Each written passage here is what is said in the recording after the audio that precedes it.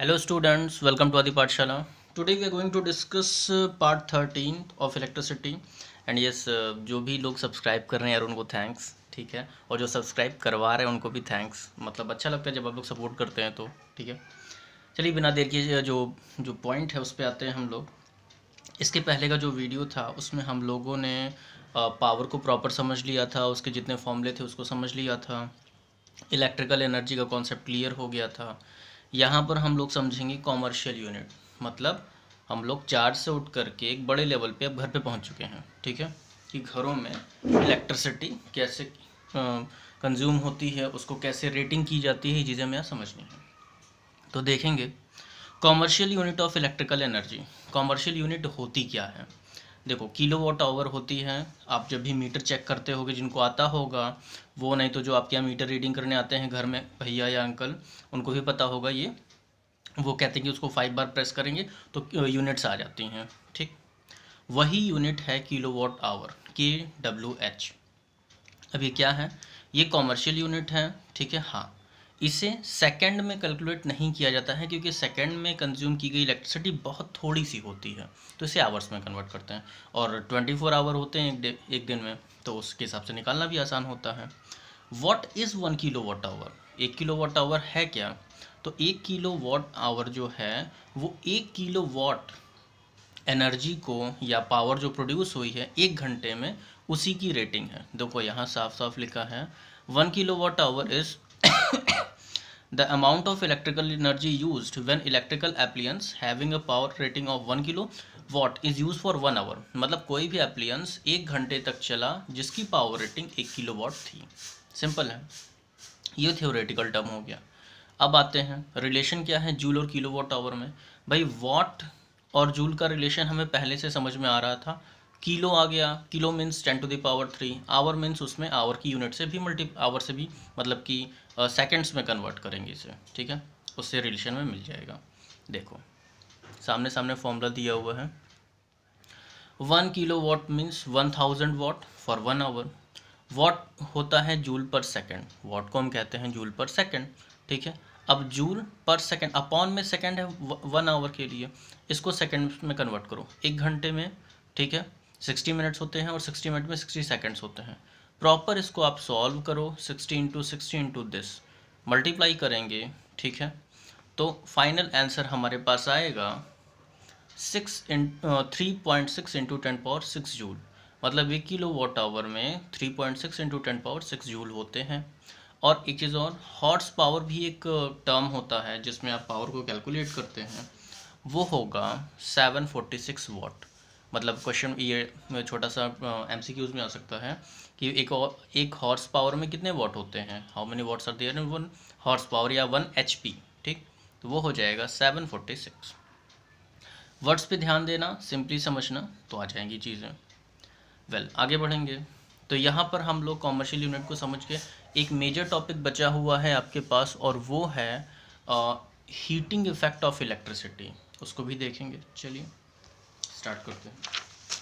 Heating effect में क्या करना है, पहले हम ये जाना कि इफेक्ट कितने टाइप के होते हैं। बेसिकली इलेक्ट्रिसिटी से 3 इफेक्ट प्रोड्यूस होते हैं। पहला हीटिंग है, दूसरा मैग्नेटिक जो कि अगले चैप्टर में होगा, एक है केमिकल जो आपको पढ़ना नहीं है अभी, ठीक।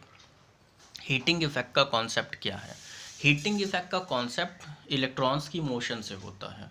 जैसे रेजिस्टेंस का कॉन्सेप्ट भी इलेक्ट्रॉन्स की मोशन से था, वैसे हीटिंग इफेक्ट का कॉज भी इलेक्ट्रॉन की मोशन ही है, या आप कह सकते हो कि क्या बोलते हैं उसको, यस वो रेजिस्टेंस ही है। अब होता क्या है, सीधी सी चीज़ है। जब किसी कंडक्टर में, ठीक है, कोई भी कंडक्टर है, यहाँ देखो ये कंडक्टर हुआ मान लेते हैं। अब यहाँ इलेक्ट्रॉन्स मूव कर रहे हैं बहुत तेज़ी से, 2 इलेक्ट्रॉन्स आपस में टकरा गए, ठीक है। तो होता क्या है कि ये हाईली काइनेटिक एनर्जाइज्ड होते हैं, मतलब इनकी काइनेटिक एनर्जी बहुत ज़्यादा होती है, ठीक है। काइनेटिक एनर्जी ज़्यादा होने की वजह से जब ये एक दूसरे से कोलाइड करते हैं तो इनकी काइनेटिक एनर्जी लूज़ हो जाती है, मतलब कम हो जाती है, ठीक। और वो एनर्जी कन्वर्ट हो जाती है हीट में, जिससे तार गर्म हो जाता है। यही एक सिंपल से इसका कॉन्सेप्ट है।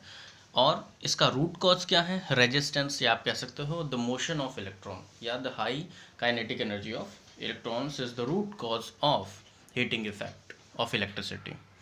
तो जब कोई भी कंडक्टर में, इसको सिंपली जब हम समझेंगे, देखो नोट्स आपके सामने लिखी हुई हैं, बस उन्हें समझना है कि जब कभी भी करंट पास होती है किसी भी कंडक्टर में, तो उसके इलेक्ट्रॉन्स की काइनेटिक एनर्जी बहुत ज़्यादा होती है। जब वो काइनेटिक एनर्जी मतलब जब वो एक दूसरे से कोलाइड होते हैं तो काइनेटिक एनर्जी का लॉस होता है। वो लॉस मेंटेन होता है हीट के फॉर्म में, या वो एनर्जी हीट में कन्वर्ट हो जाती है, सिंपल सा। ऐसे ही वायर गर्म होते हैं और इस फिनोमेना को ही heating effect of electric current कहते हैं। अब इसको न्यूमेरिकल में कैसे इसको फॉर्मूले में कैसे कन्वर्ट करेंगे उसको देखते हैं। फॉर्मूले के लिए आप यहाँ देखो, एक चार्ज क्यू है, कुछ अमाउंट ऑफ चार्ज है या कोई एक छोटा सा चार्ज है, पॉइंट चार्ज है, वो मूव कर रहा है। वैसे पॉइंट चार्ज का कॉन्सेप्ट अभी आपके सिलेबस में नहीं है, ये 12th में होगा, तो अभी आप बस समझो कुछ अमाउंट ऑफ चार्ज है, मूव कर रहा है किसी भी पोटेंशियल डिफरेंस के अगेंस्ट, ठीक है। तो यहाँ पर हीट है क्या? हीट एक एनर्जी है। हीट कह लो, एनर्जी कह लो या वर्क कह लो, ये तीनों सेम चीज़ें हैं। पहले ही आपको अपने दिमाग में सेट करना होगा। अब यहाँ पे हम देखेंगे, हमें पता है पोटेंशियल डिफरेंस के फॉर्मूले से कि V equal to work per unit charge, ठीक है। तो W equal to Q into V potential difference हो जाएगा। पोटेंशियल डिफरेंस यहाँ समझ में आ गया हमें। अब हमें पहले से ही पता है Q equal to I T and potential difference V equal to I R. शुरू से हम ये फॉर्मूला देखते जा रहे हैं। दोनों वैल्यूज़ को यहाँ पर पुट करो। जब हमने दोनों वैल्यूज़ को यहाँ पुट किया तो Q equal to I T and V equal to I R, दोनों को यहाँ रखेंगे तो I इंटू आई हो जाएगा I square, R into T. यही चीज़ है आपकी heat. I the amount of current, R the amount of resistance and T for which time, मतलब कितने टाइम, सेकेंड्स में होगा ये, ठीक है, कितने सेकेंड में तक इलेक्ट्रिसिटी फ्लो हुई है। तो बड़ी ही आसानी से हम इससे पता कर लेंगे। और E, हाँ अभी पहले बताया था कि W एनर्जी या हीट, ये तीनों चीज़ें सेम होती हैं।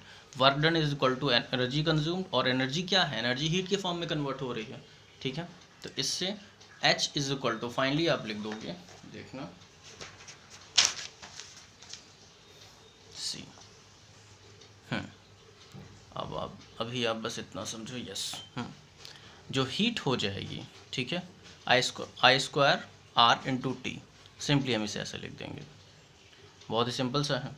इसके और भी फॉर्मूले होते हैं जो कि पावर से आप निकाल सकते हो, ठीक है।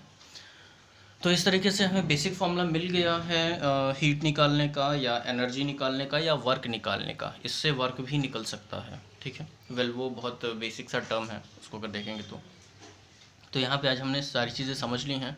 कॉमर्शियल यूनिट को समझ लिया है, हीटिंग इफेक्ट क्या होता है, जब कभी भी इलेक्ट्रॉन्स रन करते हैं तो आपस उनकी काइनेटिक एनर्जी बहुत हाई होती है, जो वो आपस में टकराते हैं, कोलाइड करते हैं, तो उनकी काइनेटिक एनर्जी हीट में कन्वर्ट हो जाती है। This is the heating effect of electric current, simple सा है।